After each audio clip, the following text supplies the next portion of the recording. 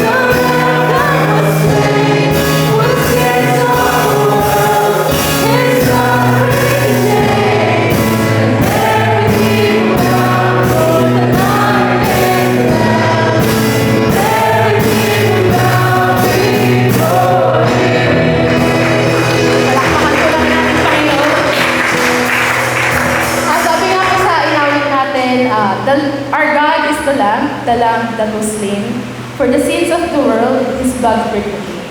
And ang layunin ng pagkamatay ng ating Panginoon ay para mailigtas tayo sa ating mga kasalanan. At bilang tagasunod na po tayo ng ating Panginoon, meron din po tayong layunin. And hindi sadya na napunta tayo sa yugto ng ating buhay na kung nasaan tayo ngayon. And we may not know it yet, kung ano ba yung purpose niya, kung bakit tayo nailagay sa isang place or lugar na alam natin hindi natin gusto.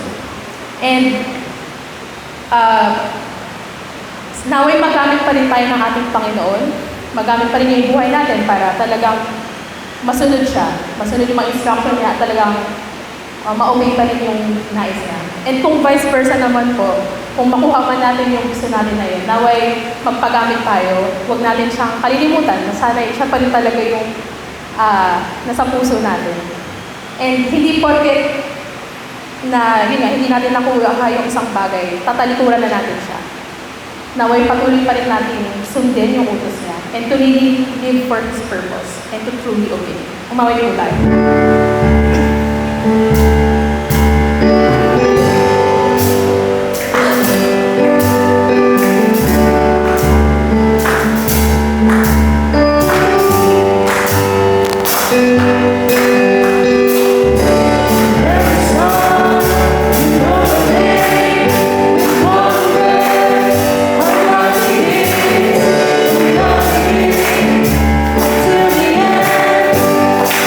You're the one I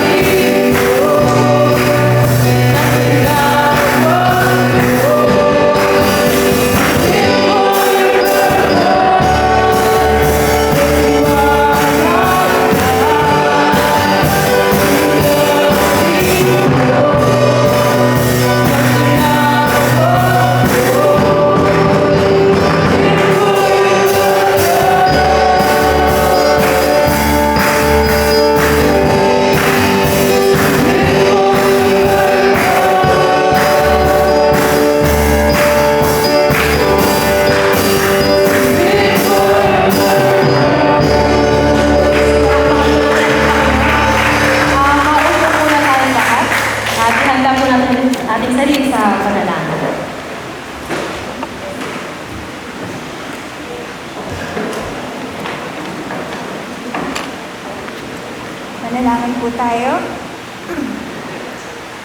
Panginoon, maraming salamat dahil pinagtagpo-tagpo niyo po kami ngayon upang purihin, sambahin at luwalhatiin ka.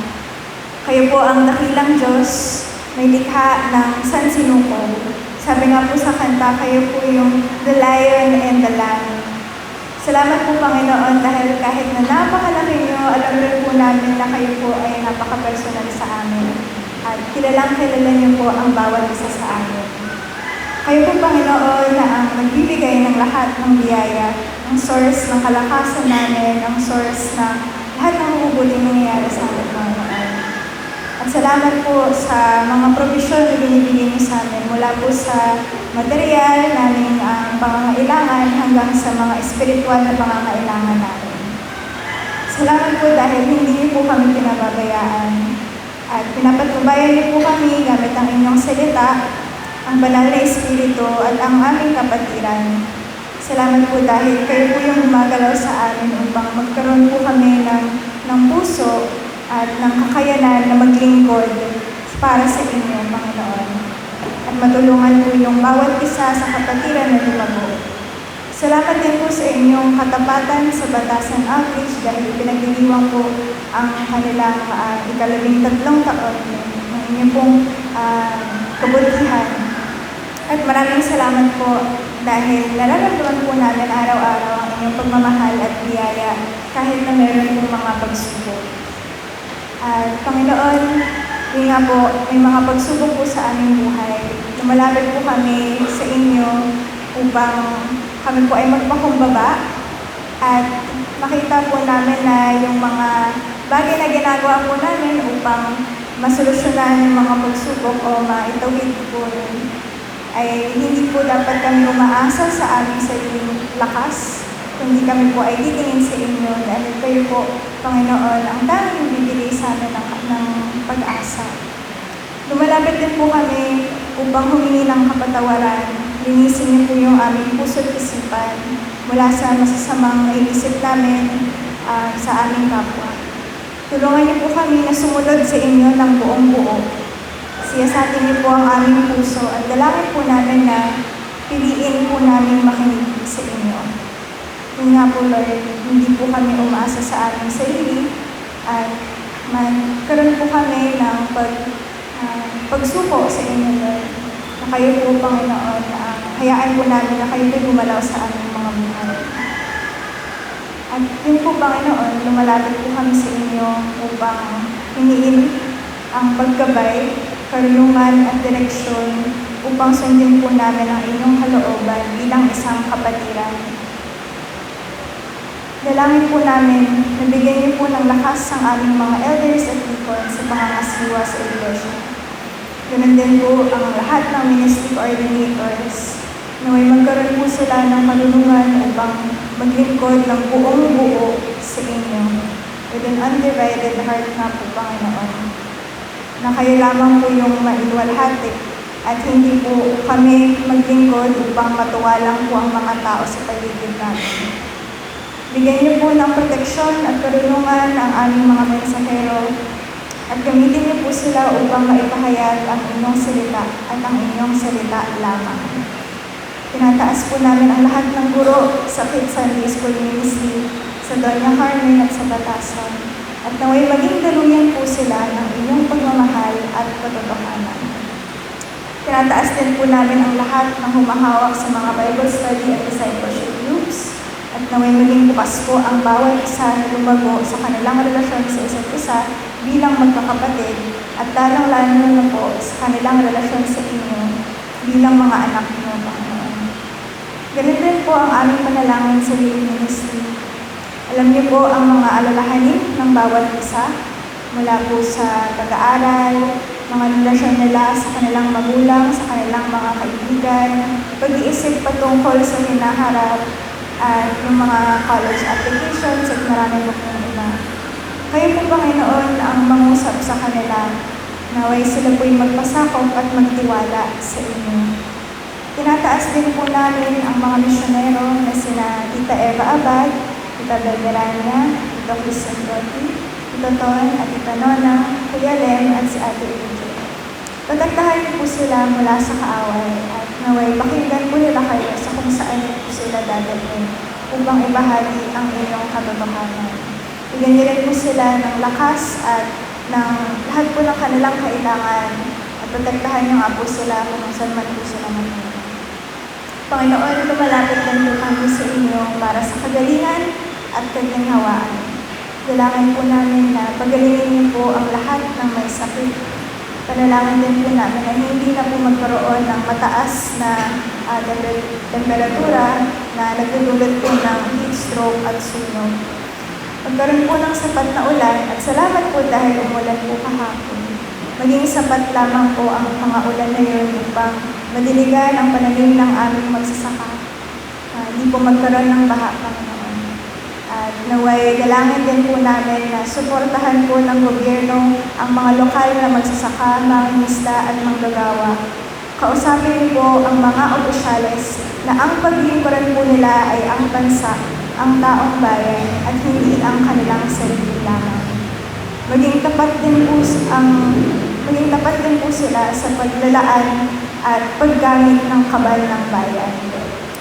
At kami rin po ay maging mapagmatsyag bilang mga mamamayan, lalo na po sa darating na eleksyon. Panginoon, ihinto niyo po ang kahit na anong pandaraya sa eleksyon. Ngayon pong panahon ng pangangampanya na may maging malinaw po sa amin kung anong klaseng pinuno ang nais niyong maihalal sa aming bansa.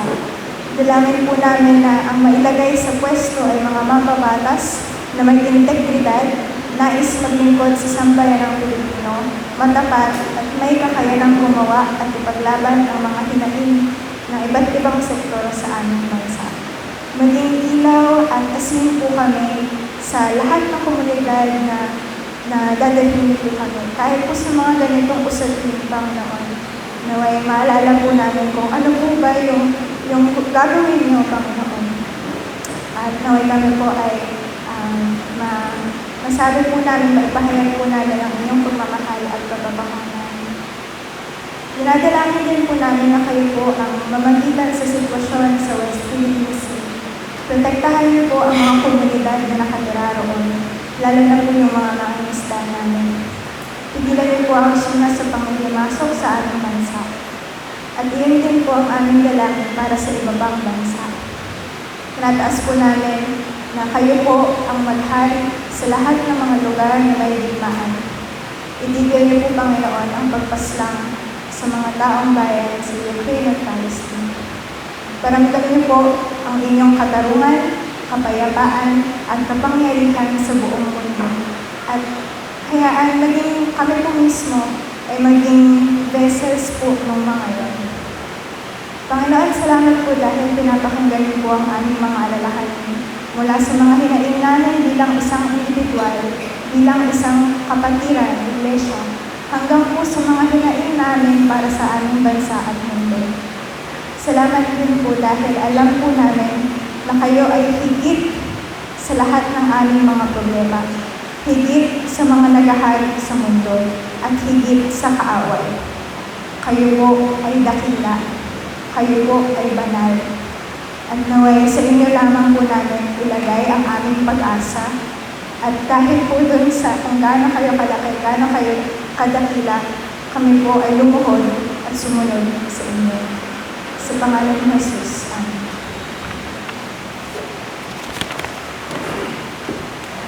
Thank you. Ayan. Ito pong susunod nating aawitin, naway maging isang form of prayer po siya para sa desire natin talagang maging tapat, holy at totoo sa ating Panginoon. Tumayo po tayo.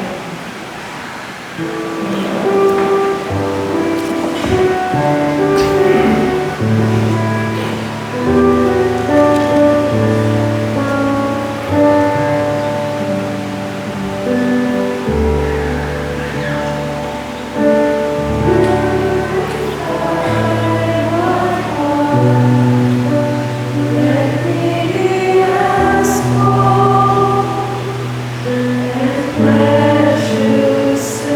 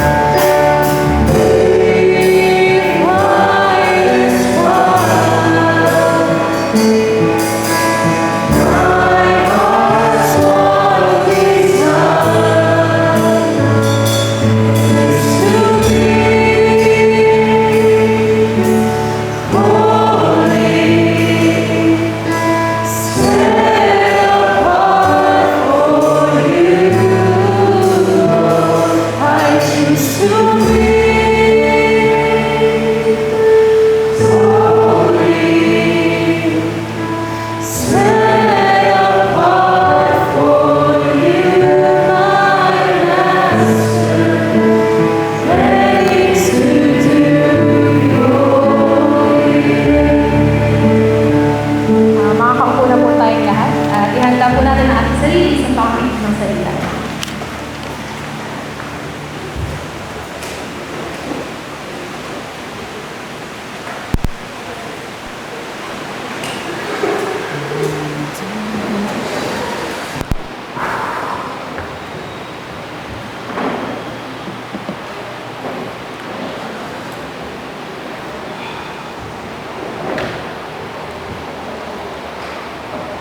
Hello? Ayan.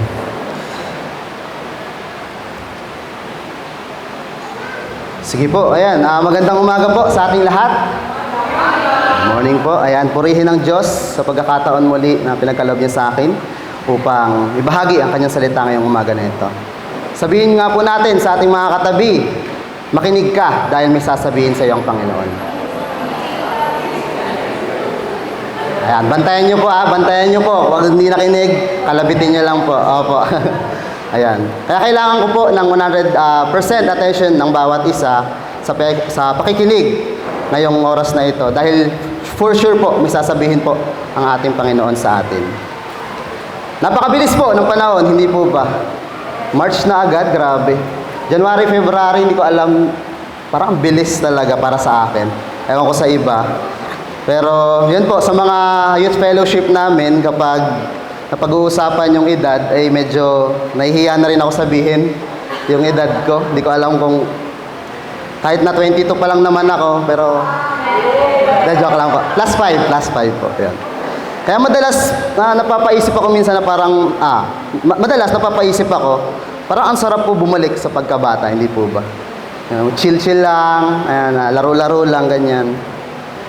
Pero hindi po lahat ng karanasan natin nung tayo'y bata pa ay maganda. Tama po ba?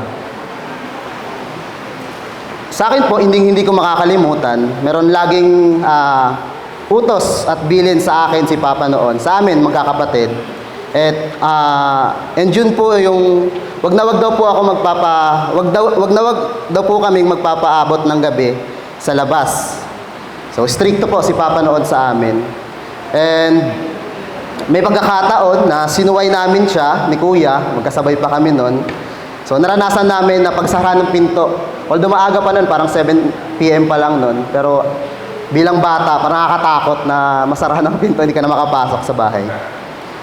Grabe po, sobrang nakakatakot yung experience na yon. And related po sa topic natin ngayong umaga na ito, na sa all disobedience, ay matututunan naman po natin na na merong consequence ang hindi pagsunod sa utos ng Diyos. Sige po, bago tayo mag-umpisa ay manalangin po muna tayo. Ama namin Diyos na makapangyarihan sa lahat, maraming salamat po Lord God sa pagdala niyo sa amin dito ngayong umaga na ito Lord God. Maraming salamat po sa pagkakataon na pwede ka namin purihin na magkakasama Lord God. And we pray na samahan niyo po kami sa patuloy namin pagsamba sa inyo, sa pakikinig namin ng inyong salita. Kayo po ang sumama sa amin, gumabay sa amin, magbigay sa amin ng kapanatagan ng aming mga puso, isip, Lord God, upang mapakinggan namin ng maayos ang sasabihin mo sa amin ngayong umaga na ito. Puspusin niyo po kami ng inyong banal na spirito. Tago niyo po ako sa inyong likuran, Lord God. Tunay na ikaw ang makita, marinig nila, Lord God. And mabago ang mga puso namin, Lord God, at masunod namin kung ano talaga ang kalooban mo. Pinupuri ka po namin at pinapasalamatan sa matamis na pangalan ni Jesus. Amen. Ang mga talatang pag-aaralan po natin ngayong umaga ay matatagpuan sa 1 Samuel chapter 15 verse 10 to 23. And ito po yung outline niya. So sa simula po si Samuel bilang judge ng Israel na makikita natin sa chapter 1 to 7. Sunod po is naging hari si Saul sa chapter 8 to 10. Ang mga unang taon ng paghahari ni Saul sa chapter 11 to 15, which is dito po nakapaloob yung mga verses na pag-aaralan natin. Sunod po si David at si Saul.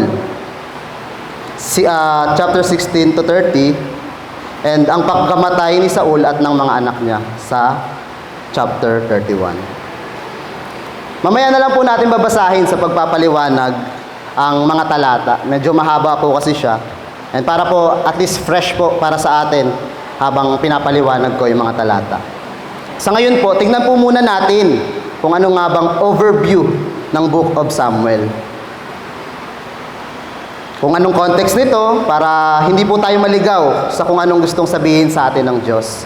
And gamit yung mga talatang ito, ay yun, makinig po tayo mabuti dahil lalo na po kung hindi po kayo familiar sa Old Testament dahil yun, dito po iikot yung mga pag-uusapan natin.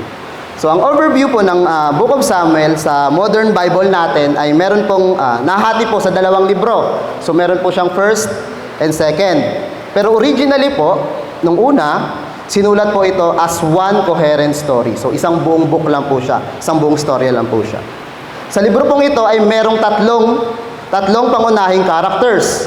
Si Prophet Samuel, King Saul, which is ang unang naging hari ng Israel, and si David na tumalo kay Goliath for sure, kilalang-kilala niyo po siya, and eventually naging hari din po.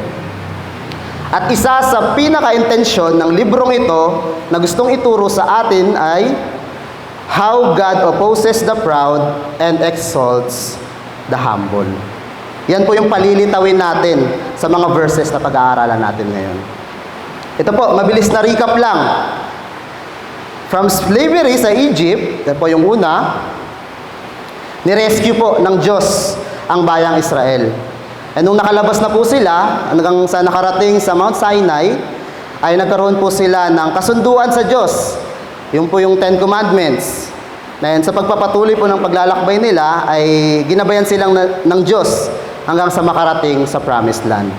So yun po yung buod ng first book mula Genesis hanggang mga first 5 books. So nung nasa Promised Land na po sila, inaasahan ng Diyos na magiging faithful sila sa kasunduan nila sa Mount Sinai noon. Pero bago po ang Book of Samuel, sa Book of Judges, nauna po kasi yung Book of Judges, pag binasa po natin doon, may kita natin kung paano nag-fail sa task or sa kasunduan ang mga Israel sa Diyos. Pinakita doon kung gaano nila kakailangan ng wise and faithful leader na mangunguna sa kanila. At dito po sa Book of Samuel, sinagot o tinupad yon ng Diyos. So dito po sa 1 Samuel, ang mga sa mga unang chapter, mababasa natin na ang key leader at prophet ng Israelites noon ay si Samuel. Fast forward, dahil sa tumatanda na si Samuel noon, nag-request po ang mga Israelites na magtalaga ng isang leader o isang hari para manguna at mag-lead sa kanila. Actually, kinadinsmaya ito ni Samuel, especially ni God, dahil para pala sa mga Israel ay hindi pa sapat si God na sa paghahari sa kanila. Gayunpaman po, pinagbigyan sila ng Diyos sa gusto nila. Sa kabila ng warning na ang haring ito ay hindi magiging mabuti. So hindi ito pinakinggan ng mga Israelites, pinilit pa rin nila yung gusto nila, and dumating po si King Saul. Sa paghahari po ni King Saul ay inutos sa kanya ng Diyos, inutusan siya ng Diyos. At ito daw po ay ubusin ang lahi ng mga Amalekites. Ngunit sinuway ito ni Saul. Sa mga passage po natin ngayong umaga, dito po ay pagbubulay-bulayan natin ang naramdaman ng Diyos nung sinuway siya ni Saul, paano siya kinompronta ng Diyos sa pamamagitan ni Samuel, ano ang naging reaction niya sa confrontation, and how his disobedience leads to God's rejection. So because of Saul's disobedience, meron po tayong 4 na punto. 3 punto, sorry. Una po, God rejected him. Pangalawa, God confronted him. And meron po itong sub-point, sub-bullet. So yun. God confronted him because he is prideful. Pangalawa, because he lacks integrity. Pangatlo po, because he is dishonest. And lastly, pangatlong punto natin, God rejected him. Sige po, punta na po tayo kagad sa unang punto natin. God rejected him. Regretted him. Sa Old Testament po, ay ginamit ng Diyos ang mga prophets para mangusap sa mga Israelites. At sa mga panahong pong ito, ay si Samuel ang active prophet noon. Basahin ko po ang sinasabi sa verse 10. Medyo maikli lang po, ako na lang po magbabasa. Sinabi ni Lord kay Samuel, So dito po, mababatid natin na si God po mismo ang personal na nakipag-usap kay Samuel. Marami tayong mababasa sa kwento sa Bible, lalo na sa Old Testament, na nakikipag-usap ang Diyos sa mga tao, especially sa mga prophets noon. And may mga pagkakataon na angels yung ginagamit niya or sa panaginip siya nakikipag-usap sa mga tao para mapadala yung message niya. May mga pagkakataon din na si God mismo ang nakikipag-usap sa mga tao noon. And yun po yung nangyari sa talata natin. Example po, kapag tayo po ay may importante na gustong sabihin sa mga kaibigan, kakilala natin, ay, di ba po, imbes na kahit uso na yung chat ngayon, ay syempre, sinasadya po talaga natin sila na puntahan. Kasi gusto natin personal na makausap yung tao na yun. And ganun po mismo yung ginawa ng Panginoon. Personal siyang nakipag-usap kay Samuel. Pero ang tanong, bakit kaya? Ano ang ibig sabihin nito? So tuloy po natin, samahan niyo po ako sa pagbasa. Verse 11, 1, 2, 3. Nagsisisi ako na ginawa kong hari si Saul kasi tinilikuran niya ako at sinuway ang mga utos ko. Nagalit si Samuel at magdamag siyang nakikiusap kay Lord. Nabasa natin sa verse 11 na about sa pagsuway ni Saul ang nais sabihin ng Diyos kay Samuel. At kaya si God mismo ang kumausap kay Samuel ay dahil nais niyang ipabatid kung gaano siya kaseryoso dito. Kaya ganoon na lang din po yung naging response ni Samuel sa sinabi sa kanya ng Panginoon. Di pa po nagalit siya? And dahil kung naaalala niyo po, sinabi ko kanina sa overview natin na siya ang nagtalaga kay Saul para maging hari. Pag tayo po sa trabaho, sa mga nagtatrabaho, kapag may ni-refer po tayo na kaibigan natin, syempre accountable tayo doon sa tao na yon. Kapag may ginawa siyang kalokohan, syempre naramdam natin yon, parang malulungkot, may inis tayo. And ganun din po yung naramdaman ni Samuel sa ginawa ni Saul. Pansinin natin ang salitang ginamit sa verse 11. Sabi po dyan, nagsisisi. Sa ibang salin po ng Biblia, ang ginamit na salita ay regret o repentant. Nung una ko pong nabasa ito, parang naisip ko bigla, nagsisisi pala ang Diyos? Meaning ba ay nagkakamali siya sa mga desisyon niya? Pero nung patuloy ko po itong inaaral, ay nabatid ko or naintindihan ko ang tunay na itong ibig sabihin. Sa salin po ng Hebrew, ang term po na ginamit ay nakam. Tama po bang basa? Nakam, nacham? Kung si Tito Ton pa, nachambahan. Parang ganyan. Nakam. Ewan ko kung anong pinaka-proper na ano dyan. Na ang meaning po ay to be sorry, console oneself, repent, or regret. Bagamat maaaring ang ibig sabihin nito ay panghihinayang in a sense of remorse or guilt, isa rin po itong pagpapahayag ng kalungkutan at emotional pain. Kaya huwag po tayong malito. Nagsisisi ang Diyos hindi po dahil sa nagkamali siya sa desisyon niyang ginawa niyang hari, si Saul. Ang nais ipabatid dito ng Diyos ay ang labis na kalungkutan at sakit na nararamdaman niya dahil sa ginawang pagsuway ni Saul. Actually po, hindi po ito ang unang beses na sinabi sa Bible na nagsisi ang Diyos. Sa unang book pa lang po, sa Genesis, ay mababasa na natin ito. Sabi po sa Genesis chapter 6 verse 6, "And the Lord regretted that He had made man on the earth, and it grieved Him to His heart." So grabe po yung naramdaman ni God nung nakita niya yung ginawa niyang mga tao ay walang ginawa kundi magrebelde sa Kanya. Ang Diyos po na sinasamba natin ay hinding-hindi magkakamali sa mga desisyon niya. Pero mahalaga pong malaman natin na may damdamin din siya na nalulungkot at nasasaktan. At dahil po ito sa pagsuway natin o pagtalikod ng mga tao sa Kanya. Sa mga magulang po dyan, manong ulam, joke lang. Hindi po ba noon mga maliliit o nung mga bata pa yung mga anak natin, mga anak nyo ay napapagalitan nyo sila at napapalo. Part ng pagdidisiplina nyo po para sumunod sa utos nyo. Tama po, di ba? Pero kapag malaki na sila, and yan, alam na natin na may isip na sila, alam na nila yung tama at mali, kapag matigas pa rin yung ulo nila at sumusuway pa rin sila sa mga utos nyo, ano pong nararamdaman nyo?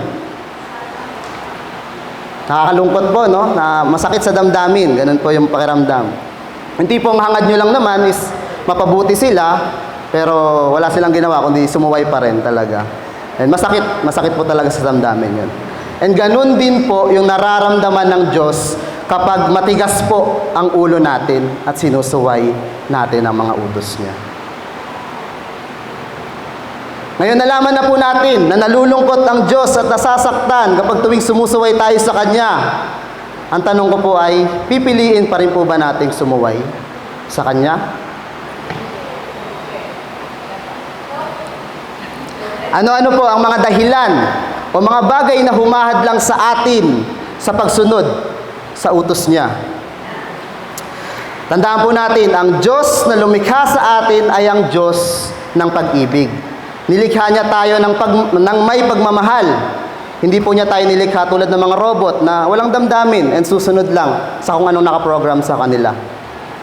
Binigyan tayo ng free will at choice kung susunod tayo o susuway tayo sa utos niya. Nais ng Diyos ng genuine love at genuine na pagsunod. Kaya kapag tayo po ay sumusuway sa utos niya, nalulungkot at nasasaktan po siya. Tanungin niyo po yung mga katabi niyo, mahal mo ba talaga ang Diyos? Kung totoo pong minamahal natin ng Diyos, ay dapat piliin nating sumunod sa Kanya. Naniniwala po ako na may specific na utos ang Diyos sa bawat isa sa atin. At bilang mananampalataya ay paalala ito para sa atin na sumunod sa Kanya. Ngayon po na natutunan na natin sa mga talata kung anong nararamdaman ng Diyos kapag tayo'y sumuway sa mga utos niya, ang susunod po na gagawin ng Diyos ay kukomprontahin niya tayo. Na ginawa niya mismo kay Saul. So ito pang sinasabi sa verse 12a, kinabukasan maaga siyang bumangon para makipagkita kay Saul. Si Samuel po ang tinutukoy dito. So mababatid natin ang matinding kagustuhan ni Samuel na kausapin at kumprontahin si Saul sa ginawa niyang pagsuway sa Diyos. Kahit na halos wala na siyang tulog, sa magdamag niyang pakikipag-usap sa Diyos, ay bumangon pa rin siya para makipagkita rito. Pero bago po tayo magpatuloy, basahin po muna natin kung saan nga ba nagmumula ang utos ng Diyos kay Saul at kung paano niya ito sinuway. Para po kahit paano may context tayo.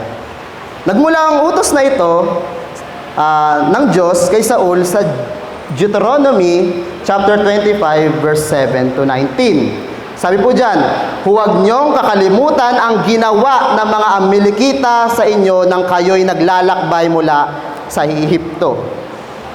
Wala silang takot sa Diyos, sinalakay nila kayo nang kayo'y lupaypay sa hirap at pinuksa ang mga kasamahan ninyo sa hulihan. Kapag nalupig na ninyo ang lahat ng inyong mga kaaway at panatag na kayo sa lupaing ibibigay sa inyo ni Yahweh na inyong Diyos, ubusin nyo ang lahi ng mga Amalekita roon, huwag nyo itong kalilimutan. Ngayon ito naman po ang specific na utos ni God kay Saul. Sabi po sa 1 Samuel chapter 15 verse 2 to 3. Ipinapasabi ni Yahweh na makapangyarihan sa lahat, paparusahan ko ang mga Amalek tulad ng ginawa niya sa Israel nang ito'y inilabas ko sa Ehipto. Lusubin mo ang Amalek at lipunin silang lahat. Wasakin mo ang lahat ng ari-arian at huwag magtitira kahit isa. Patayin mo silang lahat, babae at lalaki, mula sa pinakamatanda hanggang sa sanggol. Patayin mo rin ang kanilang mga baka, tupa, kamelyo, at asno. Grabe po, no? Kahit mga sanggol, kahit mga matatanda. Pero babad po ako, medyo babad po ako sa social media dahil part po ito ng work ko. And marami po ako napapanood ng mga videos about argument ng mga atheist against sa mga Christian. Yung mga atheist po is mga hindi naniniwala kay God and lalo sa Bible. And yung argument po nila na ang Diyos daw po natin ay mamamatay tao dahil inuutusan niya ang mga Israelites noon na labanan at patayin ang mga kaaway nila. Pero malinaw po ang intensyon ng Diyos dito. Ang nais niya ay parusahan ang mga Amalekites noon dahil sa kanilang kasamaan. Ganun po kahalaga na binabasa po natin ang context ng bawat passage sa Bible para hindi po tayo malito at magkamali sa pagkakaintindi dito. So ngayon po malinaw ang utos ng Diyos kay Saul noong time na yon, na ubusin at walang itira sa lahi ng mga Amalekites. Pero ito po ang ginawa niyang pagsuway.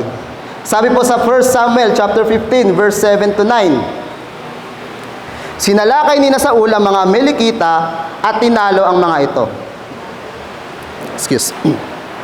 Mula sa Avila hanggang sa Sur, sa silangan ng Ehipto, nilipol nila ang mga taong bayan, ngunit binihag ng buhay si Haring Agag. Hindi rin pinatay ni Saul ang magagandang baka, tupa at lahat ng matatabang hayop doon.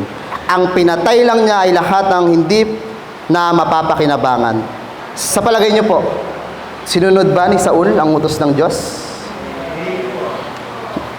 Ngayon po, sa komprontahang magaganap sa mga susunod na passage natin, ay makikita po natin yung tatlong kapintasan o character flaws ni Saul. Mahalaga po na malaman natin ito so we can reflect also sa mga character flaws natin. Dahil ang mga ito po ang sumira sa relasyon ni Saul at ng Panginoon. Ito po yung una, because he is prideful. Ano pong sinasabi sa verse 12b to 13? Sige po, basahin po natin. 1, 2, 3. Pero may nagsabi kay Samuel ito sa Carmel at nagpatayo doon ng monumento sa sarili niya at saka pumunta sa Gilgal.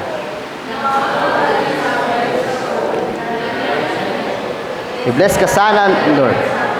Nagawa ko na ang utos ni Lord. Marahil nais ni Saul na maging tanyag sa paningin ng mga tao noon. Kaya ang ginawa niya ay nagpatayo siya ng monumento para sa sarili niya. Bukod pa doon, sobrang proud niya pa sa sarili niya. Kaya nung nakaharap niya si Samuel, ay hindi siya nag-alinlangan. Sinabi niya talaga, "Uy, Samuel, hi. Nagawa ko na, utos ni God. Goods na," parang ganon. Dahil sa pagiging prideful po ni Saul, hindi niya naisip na ang tagumpay na ito ay dahil sa patnubay ng Diyos. Inangkin niya ito at mas piniling bigyan ng papuri ang kanyang sarili. Ngayon dahil sa pinapakitang ugali ni Saul na pagiging mapagmataas ay kinumpronta siya ni Samuel. Ano pong sinasabi sa verse 14? Tinanong ni Samuel, "Ganun ba? Pero bakit may naririnig akong iyakan ng mga tupa at unga ng mga baka?" Dahil po sa pagiging prideful ni Saul, ay nagbingi-bingihan siya sa tunay na utos ng Diyos sa kanya.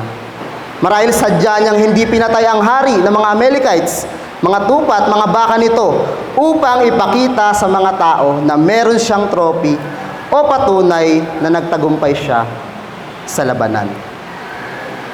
Tayo pong mga mananampalataya, katulad din po ba tayo ni Saul na kapag nagtatagumpay tayo or may mga panalangin tayo na tinupad ng sumagot ang Diyos, ay inaangkin natin ito at kinakalimutan siya na gumabay at nagpakaloob sa atin ito? Dahil ba sa pagiging makasarili at pagiging mayabang natin ay nabibingi at nabubulag tayo sa tunay na utos sa atin ng Diyos? Sa mga talatang nabasa natin ay mukhang wala sa isip ni Saul ang ginawa niyang pagsuway sa Diyos. At sa mga susunod po na talata ay makikita naman natin ang pangalawang character flaws ni Saul, ang pagiging lack of integrity niya. Ano pong sinasabi sa verse 15? Sumagot si Saul, "Kinuha yan ng mga sundalo ko mula sa mga Amalekites. Kinuha nila ang pinakamagandang tupa at baka para i-offer kay Lord na Diyos mo. At pinatay naman nila ang iba." Dito po ay mababatid natin ang magulong katwiran ni Saul. Bilang hari, siya dapat ang responsible na mag-lead sa mga sundalo niya na sumunod sa utos ng Diyos. Ngunit siya pa mismo ang unang-unang bumali nito. Nabasa natin sa verse na nais niyang ibaling sa iba yung sisi sa ginawa niyang kasalanan or ginawa niyang pagsuway sa Diyos. Marahil gusto niyang isipin ni Samuel na malinis yung konsensya niya at hindi ito yung kagustuhan niya. Nakagustuhan ito ng mga sundalo niya. Pero kung babasahin po natin ang sinasabi sa verse 9, chapter 15, but Saul and the army spared Agag and the best of the sheep and cattle. So on and so forth. So masasabi po natin na kay Saul po ang desisyong ito dahil unang-una siya po ang commander-in-chief sa mga panahong ito. And bilang hari po, dapat utos niya ang masusunod. Hindi lang po yun. Mapapansin din natin na hindi niya tinuturing na Diyos ang Panginoon. Sabi po niya, para i-offer kay Lord na Diyos mo. Dito po ay pinapakita niya na hindi niya responsibilidad ang sumunod sa utos ng Diyos. Kumaga exempted siya at wala siyang pananagutan dahil hindi naman niya tinuturing na Diyos ang Panginoon. Dahil sa mga walang kwentang excuse ni Saul, ay muli siyang kinumpronta ni Samuel.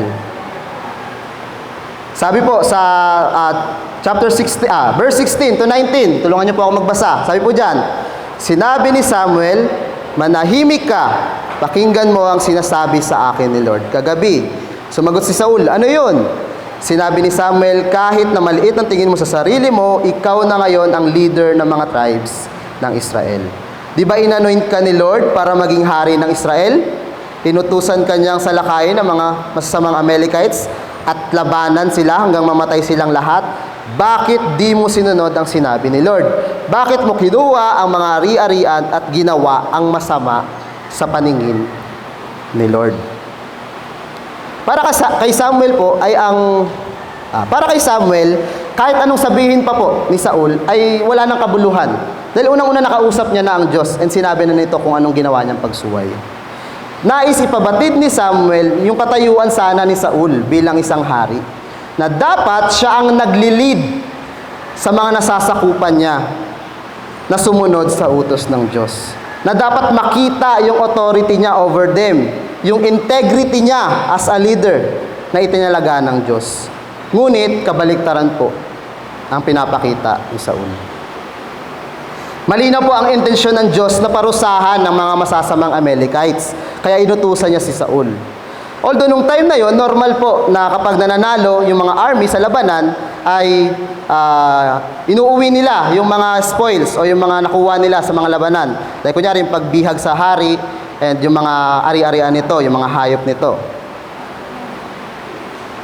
Kaya ngunit sa pagkakataong pong ito, judgment po ang nais ng Diyos para sa mga Amalekites. Kaya total destruction po ang clear na utos niya.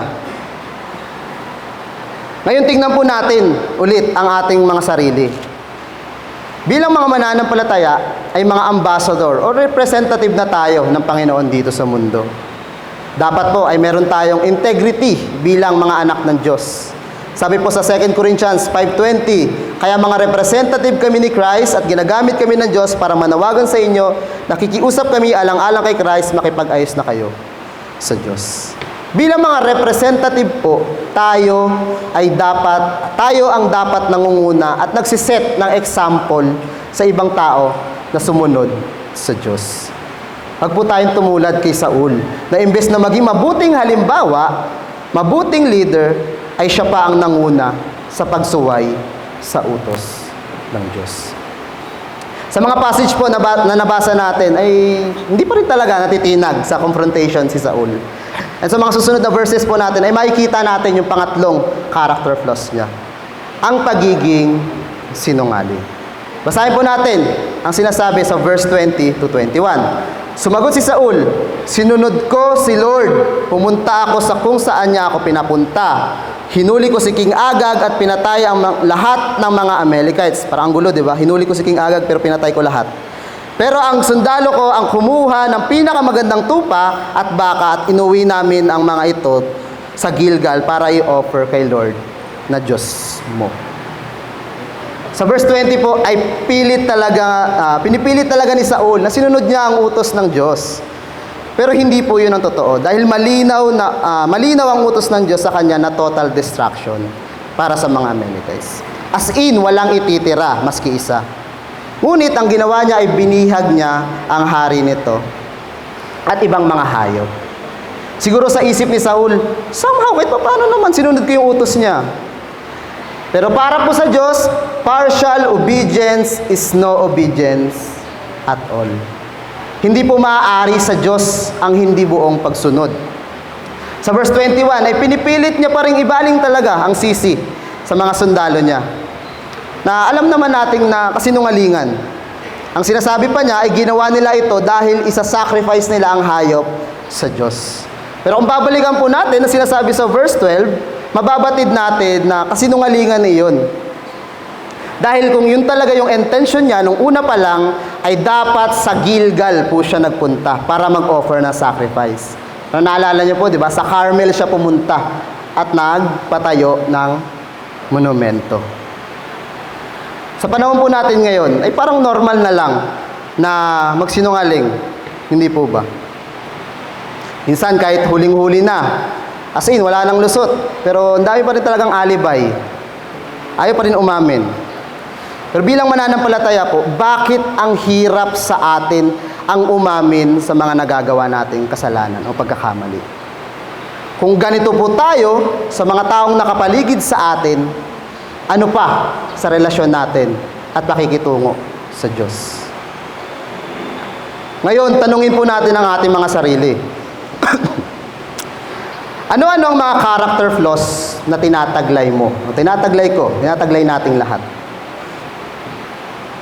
Marahil madami. Daig pa natin si Saul, no? Hindi lang 3.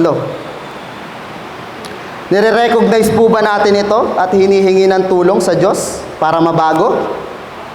O hinahayaan na lang natin? Tanggap na natin sa sarili natin. Wala na, hindi na ako magbabago. Ganito na ako pinanganak eh. Warning po ito para sa ating lahat. Mahalaga po na we reflect on our own character flaws. Kung paano nito tayo ipapahamak at ang mga taong nasa paligid natin. Tandaan po natin na kailangan natin ang tulong ng Diyos para mabago ito. We need to humble ourselves and deal with our dark sides.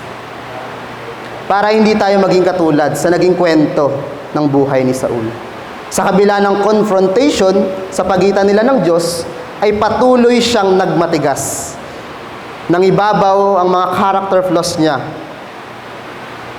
At wala sa kanya ang konting pagpapakumbaba. Kahit konting pagpapakumbaba. Dahil dito ay nireject siya ng Diyos. Bilang hari ng Israel na mababasa natin sa verse 22 to 23. Sige po, basahin po natin. Sinabi ni Samuel, natutuwa ba si Lord sa mga offering at handog na susunugin? Kung di mo naman siya sinusunod, mas mabuti ang sumunod kesa mag-offer ng mga handog. Ang makinig kay Lord ay mas mahalaga pa kaysa sa mga handog na taba ng tupa. Ang pagsuway kay Lord ay gaya ng pangkukulam at ang katigasan ng ulo ay kasing sama ng pag-worship sa mga Diyos-Diyosan. Dahil nireject mo ang utos ni Lord, nireject ka rin niya bilang hari. Nabasa natin kanina sa mga naunang verses natin na di umano'y nais ni Saul na ihandog sa Diyos ang mga hayop na nasamsam nila sa mga Amalekites. Well, siguro iniisip niya na kahit baka mahilot pa, baka masuhulan pa niya si God dahil sa baka patawarin pa siya sa ginawa niyang pagsuway. Ngunit nilinaw ni Samuel kung saan mas nalulugod ang Panginoon. At yun po ay sa pagsunod sa utos niya. Compares sa offerings and sacrifices. Sa totoo lang po ay pangalawang beses na ito ng pagsuway ni Saul sa utos ng Diyos. Kung babasahin po natin ang chapter 13, pwede nyo po siyang balikan. Basahin nyo po sa inyo sa pag-uwi nyo mamaya para kita nyo po doon yung unang pagsuway niya. So dito po, sinuway ni Saul ang utos ni Lord.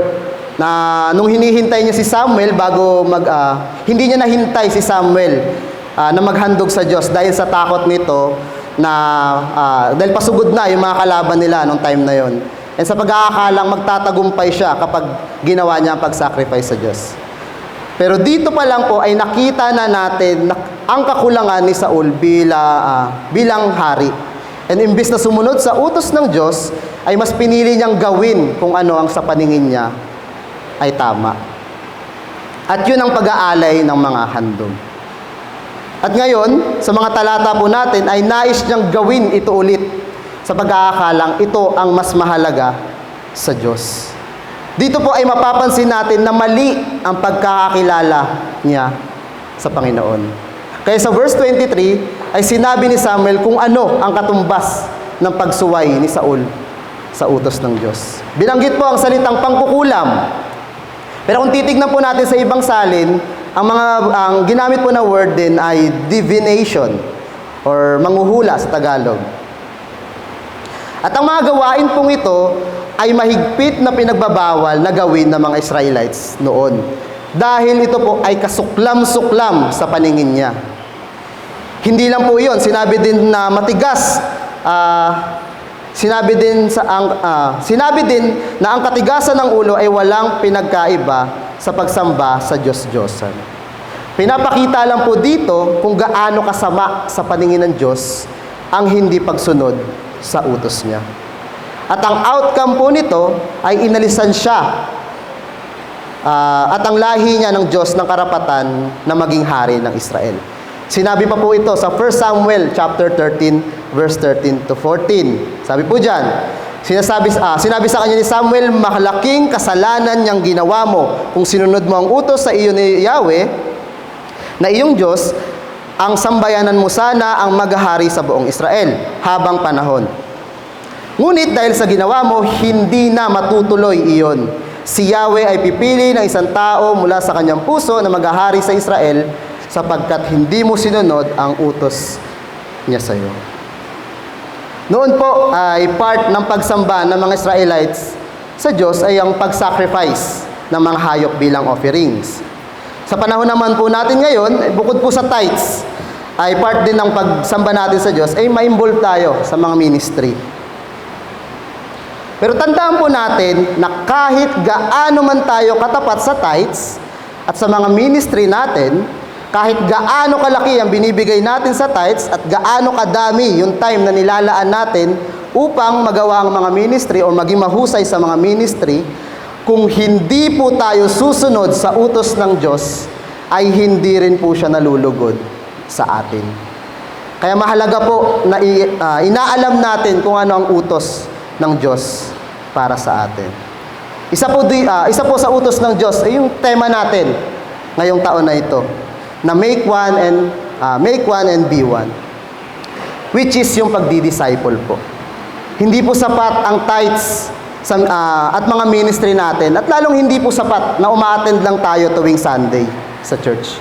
Kailangan po nating lahat na magdisipulo dahil ito po ay dakilang utos sa atin ng Diyos. Dahil kung magmamatigas po tayo, katulad ni Saul, nakakalungkot, baka itakwil po tayo ng Diyos. Ngayon, tanong po para sa ating mga sarili. Tunay bang kilala natin ang ating Panginoon? Gaano tayo kalapit sa Kanya? Ano po ang mas pinaprioritize natin sa mga buhay natin? Mas pinapahalagaan po ba natin ang sumunod sa kalooban niya? Tandaan po natin, mas kinalulugdan ng Diyos ang pagsunod kaysa sa pagbibigay ng mga handog sa Kanya. At kung babasahin po natin ang ating mga Biblia, ay mababatid natin na sa maraming verses na ito yung sinasabi itong katotohanan na ito. Tulad po sa Proverbs chapter 21 verse 3, to do righteousness and justice is more acceptable to the Lord than sacrifice. Hindi lang po iyon, dahil ang Panginoong Hesus po mismo na anak ng Diyos at ultimate role model natin ay tapat at buong pusong sumunod sa kalooban ng Ama. God's love language is obedience. At ito po ang nais ding ituro sa atin ng Panginoong Hesus. Sabi po niya sa John chapter 14 verse 15, "If you love me, keep my commands." Kaya kaya ipakita po natin sa Diyos na mahal po talaga natin siya. Dito po ako magtatapos. Bilang mga mananampalataya at anak ng Diyos, mahalaga po na isinasa isip natin ang katangian ng ating Panginoon. May damdamin din po siya, katulad natin. And dahil sa mahal niya po tayo, nalulungkot at nasasaktan po siya sa tuwing sinusuway natin siya. Dahil dito po ay kukomprontahin niya tayo. Hindi para hatulan, at hindi para i-judge, kundi iparealize sa atin yung mga ginawa nating mali. Bantayan po natin ang ating mga sarili. Lalo na po, dapat aware tayo sa mga character flaws natin. Wag po tayo magmatigas. At sana po ay hindi ito ang maging dahilan para tuluyan tayong i-reject ng Panginoon. We have to deal with it. Magpakumbaba tayong humingi ng tawad sa Diyos at aminin ang ating mga kasalanan. Humingi tayo ng tulong sa Kanya na baguhin ang ating mga masasamang pag-uugali. Babasahin po natin ang buong book ng Samuel ay parehas pong naranasan ni Saul at ni David ang komprontahin ng Diyos dahil sa kanilang pagsuway.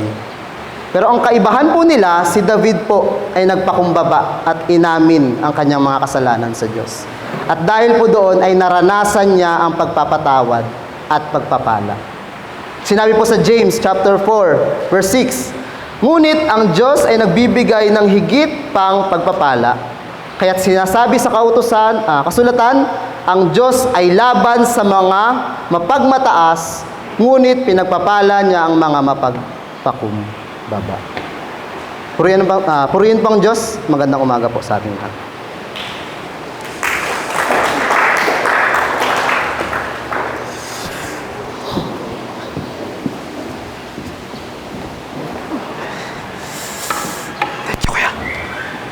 And maraming salamat sa message. Ayun nga, sa message, ilang beses idiniin yung salita or yung phrase na pagsunod sa utos ng ating Panginoon. And ang nais talaga ng ating Panginoon ay sumunod tayo sa mga utos niya. Na hindi tayo sumuway gaya ng ginawa ni Saul. Gayon may, hindi tayo yung masunod kundi sa pamamagitan ng ating Panginoon. At yung ginawa po ni Saul na yung kanina rin sinabi na nagpatayo siya ng sarili niyang monument. Na naway hindi rin natin gawin yun. Hindi sa paraan na magpapatayo rin tayo ng monumento. Pero kung hindi yung in a way na sa sobrang bilib natin sa sarili natin, mas na-uplift natin yung sarili natin. And sabi nga po sa Proverbs 3:5-6, "Trust in the Lord with all your heart and lean not on your own understanding. In all your ways, submit to Him and He will make your paths straight." So yun nga, patuloy tayong sumunod sa Kanya. Tumayo po tayo at await your response. My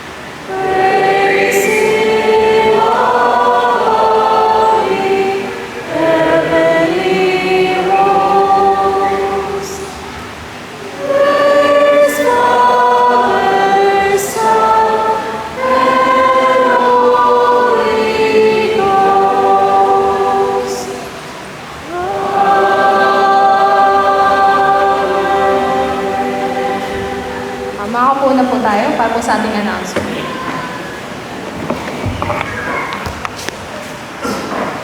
Magandang umaga po sa ating lahat. This coming Wednesday po, patuloy po ang ating prayer meeting na gaganapin sa March 12 at 7 o'clock p.m. dito sa Doña Carmen at ang ating facilitator po ay si Tita Vivian Habate. Patuloy po ang ating panambahan at 9:30 a.m. at ang worship leader po natin sa March 16 ay si Jason Dayag. Si Tito Tonto naman po ang ating preacher sa Genesis 16, 1 to... Po? Yes. Genesis 16, 1 to 16, ang paraan ng tao laban sa paraan ng Diyos. Mataas ang anniversary rin po sa araw na yon, pero patuloy po ang ating panambahan dito po sa Doña Carmen. So darating po na March 23 at 1 p.m., meron po tayong youth hangout. So lahat po ng youth ay inaanyayahan namin na dumalo. Ang ating topic po sa araw na yon ay Dependence in the Holy Spirit. At ito ay gaganapin po sa Batasan. So pagkatapos po ng ating panambahan sa March 23, tayo po ay sabay-sabay na pupunta sa Batasan para po sa ating youth hangout. Pwede po tayo makipag-coordinate kay Ate Janina para po malaman natin kung sino ang mga sasama at makapag-coordinate tayo ng transportation para po sa araw na yun. Patuloy po ang ating ginagawang piso kada araw para sa ating Pastor's Wellness Fund at pinapaalalahanan po namin na ang ating alkansya ay nasa likod po at pwede tayong magtulog dito para makatulong po tayo sa ating ABCO pastors. So darating naman po na May 3, which is a Saturday, at 8 o'clock a.m. to 6 o'clock p.m. sa Marikina Sports Center ay gaganapin po ang ating ABCO Community Day at Sports Fest. So meron po tayong mga sports na pwedeng salihan. Ito po ay basketball, volleyball, badminton, table tennis, Scrabble, and Bible quiz. At kung tayo po ay interesado na lumakok sa mga kaganapan na ito, pwede po tayong lumapit kay Kuya MJ Dayat para po magpalista at sabihin sa kanya kung ano po ang gusto natin salihan na activity. Wala pong nakatalang may birthday or anniversary this week sa aking kalendaryo. Pero meron po ba tayong mga first-timers ngayon? Parang wala naman po. Mamaya po ay magkamayan tayong lahat bago po tayo mag-graduate.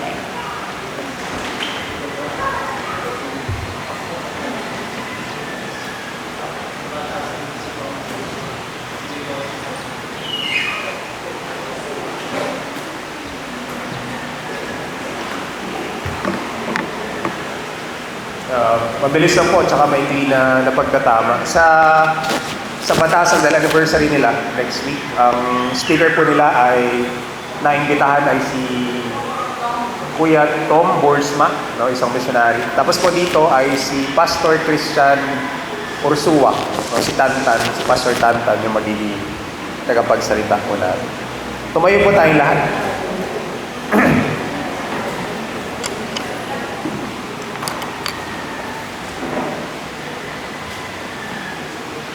Sabi po sa panalangin ni Hannah sa unang Samuel chapter 2, walang ibang banal maliban sa Panginoon.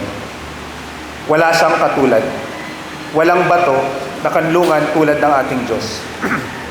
Walang sino mang makapagyayabang dahil alam ng Panginoong Diyos ang lahat ng bagay. At hinahatulan niya ang mga gawa ng tao. Nililipol niya ang mga makapangyarihan, ngunit pinalalakas niya ang mahihina. May kapangyarihan ng Panginoon na patayin o buhayin ang tao. May kapangyarihan siyang ilagay sila sa lugar ng mga patay o kunin sila roon. Ang Panginoon ang nagpapadukha at nagpapayaman. Itinataas niya ang iba at ang iba naman ay kanyang ibinababa. Ibinabangon niya ang mga mahihirap sa kanilang kahirapan. Pinapaupo niya sila kasama ng mga maharlika at pinararangalan. Sa Kanya ang pundasyon na kinatatayuan ng mundo. Langin po tayo.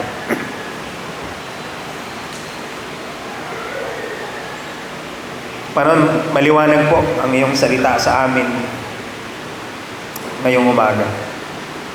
At sa gabay po ng Banal na Espiritu, tulungan mo kami na tumugon sa unang hamon ng pag-isipan, mag-reflect kami sa mga salita na napakinggan namin. At pangalawa, sumunod kami sa daan na nais mong tahakin namin ang pagsunod at pag-ibig sa iyo. Patawarin mo kami kung itong nakaraang linggo, hindi naging buo ang pagsunod namin sa iyo. Hindi naging buo sa aming isip, sa aming puso, sa aming mga ginawa, sa aming mga sinabi. At tulungan mo kami na sa darating na linggo, kung ano man ang kasalanan na hindi namin hinihingi ng tawad sa iyo, ay umarap kami sa iyo, magpakumbaba. Hingin ang iyong biyaya. At tumugon ng may pagsunod bilang pagpapakita ng pag-ibig namin sa iyo. The Lord bless you and keep you. The Lord make His face shine upon you and give you peace. Amen. Manatili po tayo nakatayo para sa panguling araw. And may we continue to obey our God and to live for His purpose. Sumawit po tayo.